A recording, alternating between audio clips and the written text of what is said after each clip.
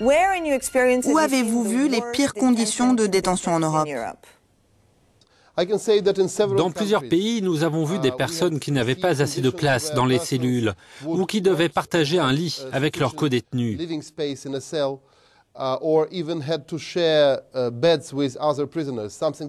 C'est alarmant et totalement inadmissible. Il y a aussi l'exemple d'une prison bulgare où des prisonniers ne disposaient que d'1 mètre carré dans certaines cellules.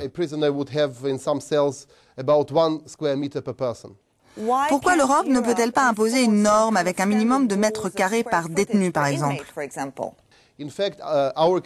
Notre comité a ses propres standards depuis le début de son existence, il y a 25 ans, et ils sont largement appliqués par la Cour européenne des droits de l'homme.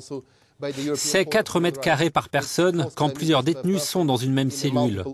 Et ces conditions sont en principe une obligation légale en application de la jurisprudence de la Cour. Quand je rencontre des gouvernements et que les prisons sont surpeuplées, je leur dis « Vous perdez beaucoup d'argent pour indemniser les prisonniers quand ils poursuivent l'État devant les tribunaux ou devant la Cour européenne des droits de l'homme à cause de leurs conditions de détention. Vous gaspillez votre argent alors que vous pourriez l'investir dans de nouvelles prisons. » Certains détenus sont donc indemnisés alors qu'ils sont en prison? J'ai vu des condamnés à la perpétuité qui sont allés en justice et qui ont touché des indemnités, mais dont les conditions de détention se sont à peine améliorées. C'est totalement absurde.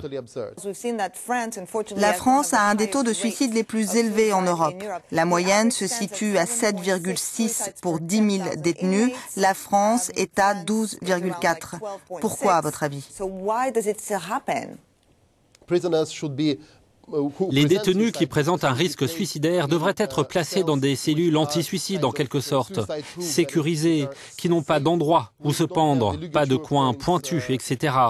C'est l'une des solutions.